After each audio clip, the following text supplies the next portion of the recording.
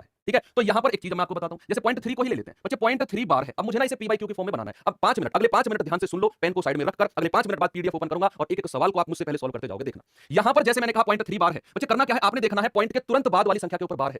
Point के तुरंत बाद वाली संख्या के ऊपर बार है तो इसको आप कह सकते हो 3, तो ऐसे ही लिख दो। बट पॉइंट के बाद कितनी संख्या के ऊपर बार है, मैंने आपसे कहा पॉइंट के बाद कितनी संख्या के ऊपर बार है, आप कहेंगे सर केवल एक संख्या के ऊपर बार है, तो उतने ही 9 लिख दो यहां पर। तो आपका आंसर कितना होगा, 1/3। भाई 3 एकम 3, 3 3 9 कितना हो जाएगा, आपका आंसर हो जाएगा 1/3। सेम कॉन्सेप्ट लगाओ यहां पर, मुझे इसे p बाई क्यू की फॉर्म में बदलना है तो क्या होगा, जल्दी से ये कि पॉइंट के करेंगे उसका, तो 5/11, 5/11 कोई दिक्कत नहीं है ना, बिल्कुल भी नहीं है। अब यहां पर थोड़ी सी गड़बड़ हो जाएगी। जो हम कॉन्सेप्ट पढ़ते आए हैं बच्चे, हमने पढ़ा कि बार के तुरंत बाद संख्या के ऊपर, सॉरी पॉइंट के दशमलव के तुरंत बाद संख्या के ऊपर बार होना चाहिए, लेकिन यहां पर नहीं है, यहां पर नहीं है, क्योंकि यहां पर पॉइंट के बाद 3 और फिर 6 है, उसके ऊपर बार है। इसको कैसे करें, देखो कोई भी संख्या अगर मैंने लिखी 2.5 बच्चे, इसको मैं ऐसे लिख सकता हूं 2 + 0.5, मैंने लिखा 6.9, इसको मैं कह सकता हूं 6 + 0.9, यानी कि जब संख्या ऐसे हो तो उसको मैं अलग अलग ऐसे तोड़ सकता हूं।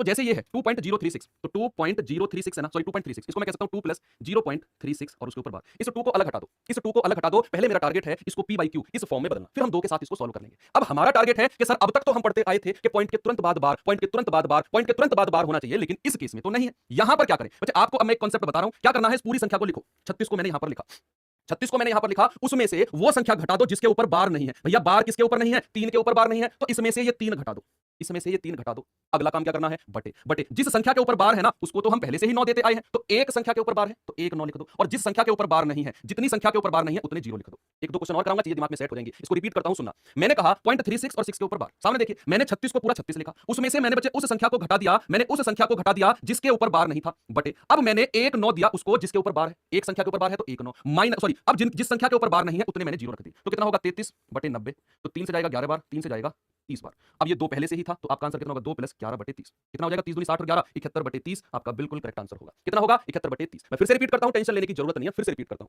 चलिए यहां पर एक क्वेश्चन और देता हूं मैं आपको, एक क्वेश्चन और है, एक